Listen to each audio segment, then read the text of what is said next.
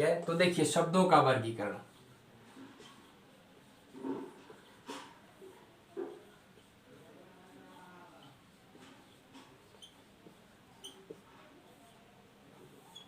देखिए शब्दों का वर्गीकरण में सबसे पहली बात आती है, ठीक है, शब्दों का वर्गीकरण निम्नलिखित 5 आधार पर किया जाता है। जैसे पहले बिंदुओं में भी मैंने आपको यह बात जो है वो वर्णित की।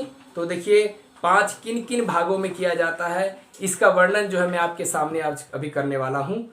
यहाँ पे देखिए शब्दों का वर्गीकरण जो है निम्नलिखित आधार पर किया जाता है। पहला जो है वो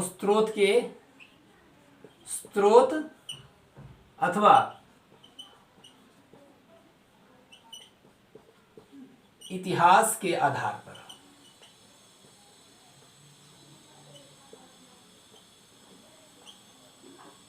दूसरा हम करेंगे रचना के आधार पर।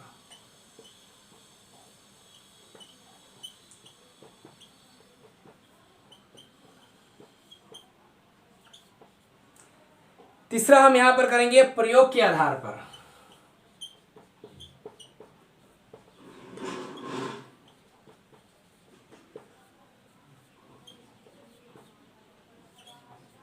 ठीक है, चौथा हम करेंगे व्याकरणिक प्रकार्य के आधार पर।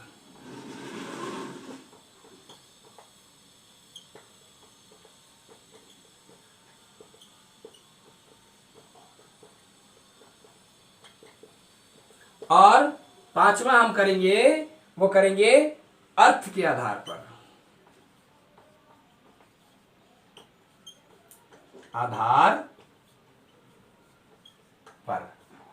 देखिए इन 5 तरीकों से स्रोत अथवा इतिहास के आधार पर, रचना के आधार पर, प्रयोग के आधार पर, व्याकरणिक प्रकार्य के आधार पर, ठीक है, शब्द के जो है विभिन्न भेद माने जाते हैं, अलग अलग भेद माने जाते हैं। देखिए शब्द अपने आप में बहुत बड़ा विषय है। स्रोत के आधार पर शब्द के 5 भेद माने जाते हैं। कुछ लोग 4 ही मानते हैं, परंतु इसके 5 भेद होते हैं। ठीक है, पहला आ गया आपका तत्सम, दूसरा आ गया आपका तद्भव, तीसरा आपका आ गया देशी, चौथा आपका आ गया विदेशी, इसको आगत शब्द भी बोलते हैं, और विदेशी को विदेशज भी बोलते हैं, और देशी को देशज भी बोलते हैं, और विदेशी को आगत शब्द भी बोलते हैं। ठीक है, और पांचवा आपका आ गया संकर। यहां ध्यान देने की आवश्यकता है, तत्सम शब्द ऐसे शब्द जो संस्कृत भाषा के मूल शब्द होते हैं और हिंदी में प्रयोग किए जाते हैं। ठीक है, जैसे नेत्र, नयन आदि, नासिका आदि।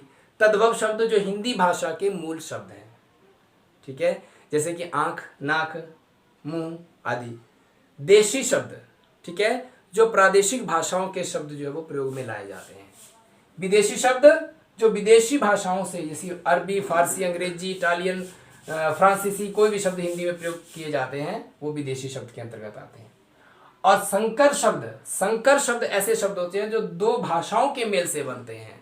ठीक है, जैसे कि वर्ष के साथ गांठ लगा दिया हमने, वर्षगांठ बन गया वर्षगांठ। ठीक है, संस्कृत और हिंदी के मेल से वर्षगांठ बन गया। इसी तरह रेल और गाड़ी को मिला के विभिन्न 2 भाषाओं के शब्दों को मेल से बने शब्द संकर शब्द कहलाते हैं। ठीक है, इसी प्रकार अब हम आएंगे यहाँ पे रचना के आधार पर। ठीक है, रचना के आधार पर जो है 20 शब्द के जो है वो विभिन्न भेद होते हैं। देखिए क्या भेद होते हैं, मुख्य रूप से 2 भेद माने जाते हैं।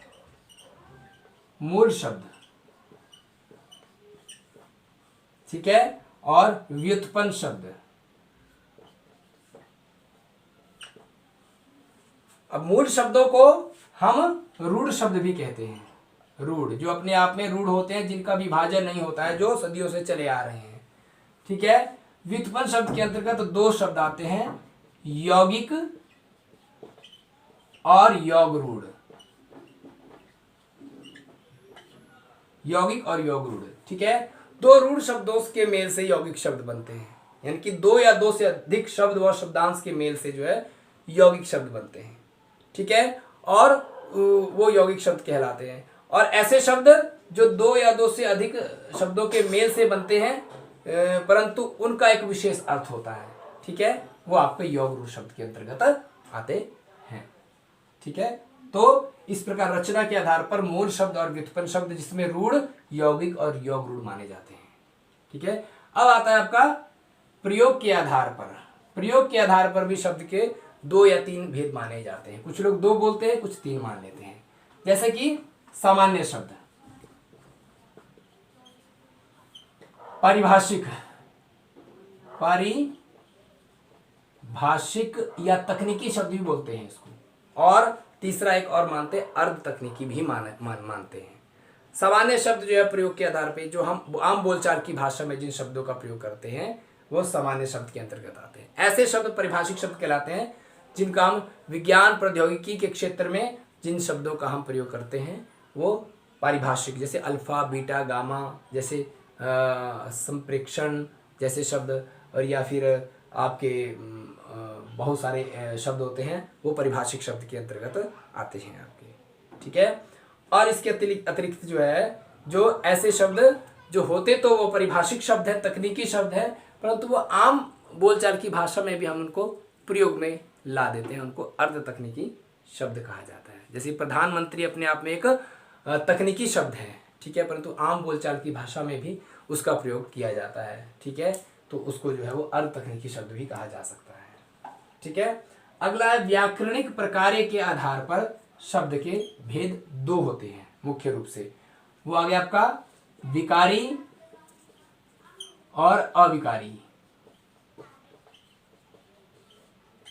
विकारी, अविकारी, ठीक। अर्थ के आधार पे शब्द के विभिन्न भेद माने जाते हैं। जैसे आपके अर्थ के आधार पे आपका हो गया आपका जैसे पर्यायवाची शब्द, एकार्थी, अनेकार्थी,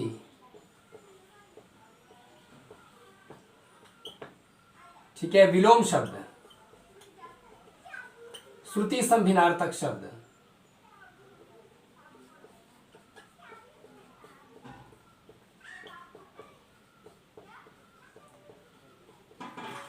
श्रुति संभिन्नार्थक शब्द।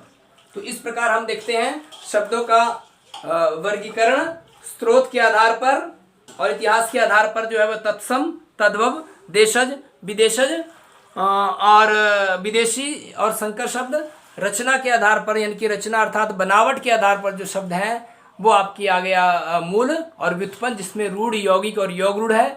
प्रयोग के आधार पर जो हम जिसको हम मानते हैं वो हो गया आपका सामान्य, परिभाषिक या अर्ध परिभाषिक शब्द। व्याकरणिक प्रकार के आधार पर जो है विकारी, अविकारी। अर्थ के आधार पर जो है वो पर्यायवाची, एकार्थी, अनेकार्थी, विलोम, श्रुति संभिन्नार्थक शब्द ये जो है वो आते हैं, ठीक है। तो अब हम जाएंगे इन सब के बाद अब हम जाएंगे मेन जो है विकारी और अविकारी पर, क्योंकि जो पद है शब्दों में पद है वो विकारी और अविकारी के अंतर्गत जो है वो टिका हुआ है, ठीक है।